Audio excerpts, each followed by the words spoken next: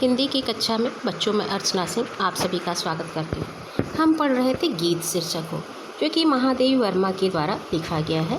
जहाँ तक हमने पढ़ा था उसके आगे के भाग को पढ़ेंगे। यहाँ पे महादेवी वर्मा प्रिय पथ के कष्टों से भरा होने पर भी निरंतर दृढ़ संकल्प लेकर के चलने वाली साधिका के रूप में हमें दिखाई देती हैं। महादेवी वर्मा जी कहती हैं, अन्य होंगे चरण हारे और हैं जो लौटते दे शूल को संकल्प सारे। महादेवी जी कहती हैं कि वो दूसरे चरण होंगे जो हार मान जाते हैं, जो मार्ग में आने वाले कांटों को, मार्ग में आने वाली कठिनाइयों से अपने सारे संकल्प को समर्पित करके निराश होकर के लौट जाते हैं। लेकिन मेरे चरण ऐसे नहीं हैं, मैं कठिनाइयों से निराश होकर के लौटने वाली नहीं हूँ। दुख प्रति निर्माण उन्मद यह अमरता नापते पद बांध देंगे अंक संस्कृति। अंक मतलब गोद, संस्कृति मतलब संसार। बांध देंगे अंक संस्कृति से तिमिर में स्वर्ण बेला। क्या कहती है महादेवी वर्मा कि मेरे चरणों ने तो दुख व्रती, दुख सहने का व्रत धारण कर रखा है। निर्माण उन्मद, और इनमें एक नवीन निर्माण की इच्छा है, इनमें एक नवीन निर्माण करने की मस्ती है। यह अमरता नापते पद बांध देंगे अंक संस्कृति से तिमिर में स्वर्ण बेला।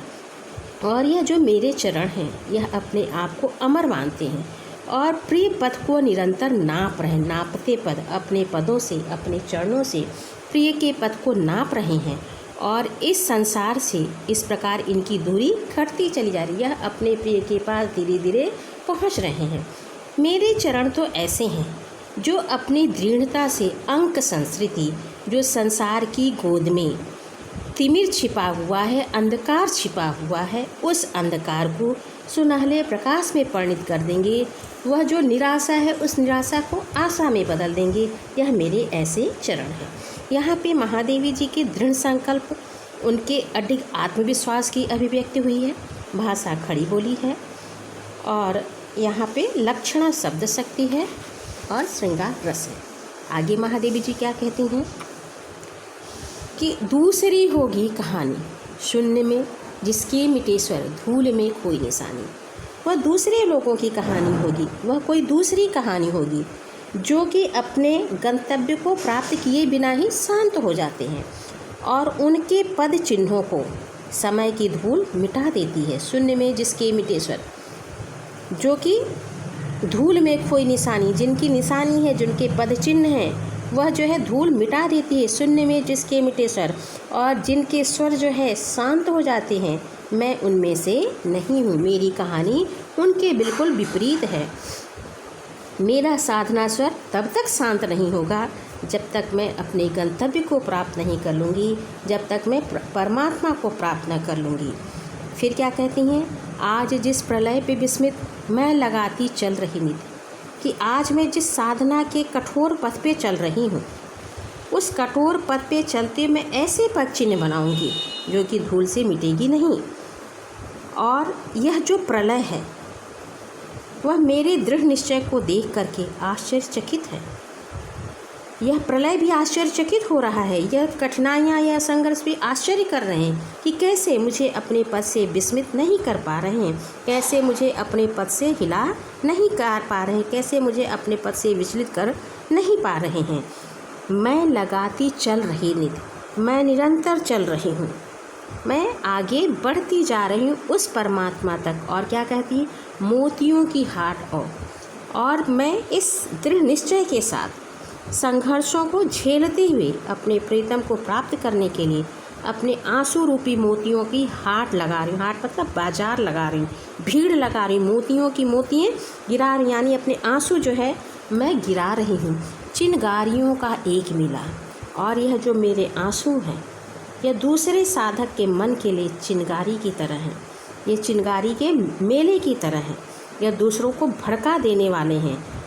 इस तरह से अविचल रह कर के साधना मार्ग पे अग्रसर होते हुए सरलता से अपने गंतव्य को प्राप्त कर लेने वाले ये मेरे चरण हैं। यहाँ पे महादेवी जी ने दृढ़ निश्चय को ही सफल अभिव्यक्ति का माध्यम माना है। दृढ़ निश्चय से ही हम क्या कर सकते हैं, किसी भी चीज़ को प्राप्त कर सकते हैं। भाषा खड़ी बोली है, अनुप्रास अलंकार है और शब्द शक्ति लक्षणा है। अब आइए आगे क्या कहती हैं महादेवी जी।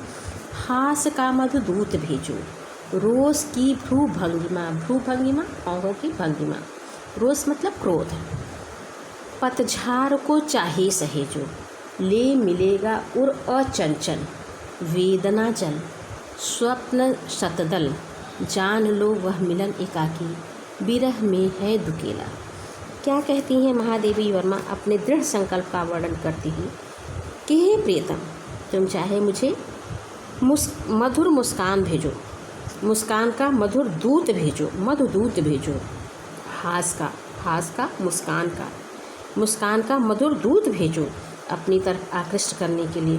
रोष की भ्रू भंगिमा या क्रोध के कारण अपनी भौहों को टेढ़ी करके अपने क्रोध को प्रकट करते हुए पतझार को चाहे सहेजो, पतझड़ को चाहे एकत्रित कर लो। अर्थात हे प्रियतम, चाहे तुम प्रसन्न हो या अप्रसन्न हो, ले मिलेगा उर अचंचल, मेरा यह अचंचल, यह अडिग जो हृदय है वह हृदय मिलेगा। हृदय में क्या है, वेदना जल, और उस हृदय का वेदना जल। स्वप्न सत दल, जान लो वह मिलन एकाकी, और स्वप्नों के जो कमल पुष्प के दल हैं वही तुम्हें मिलेंगे। अर्थात मैं हमेशा आपकी सेवा में, यह हमारा मन उपस्थित रहेगा। जान लो मिलन एकाकी, हे प्रियतम यह जान लो कि मैं आपसे अवश्य मिलूंगी। विरह में है दुकेला, विरह की स्थिति में भी मैं स्वयं को तुमसे अलग नहीं अनुभव करती हूँ। दुकेला और पंथ होने दो अपरिचित, प्राण रहने दो अकेला। यह जो हमारा साधना पथ है यह अपरिचित है, मेरे प्राण पथिक अकेले हैं, फिर भी चिंता की कोई बात नहीं है। मैं इस साधना पथ जो अपरिचित है उस पर चलते हुए भी अपने दृढ़ विश्वास से एक न एक दिन अवश्य प्रियतम को पालूंगी। यहाँ पे मिलन की तन्मयता का कलात्मक वर्णन किया गया है। शुद्ध खड़ी बोली है, मानवीकरण और अनुप्रास अलंकार है, श्रृंगार रस है। इसके आगे हम कल पढ़ेंगे। और यह गीत जो है महादेवी वर्मा जी की प्रसिद्ध काव्य कृति दीपशिखा से ली गई है। धन्यवाद।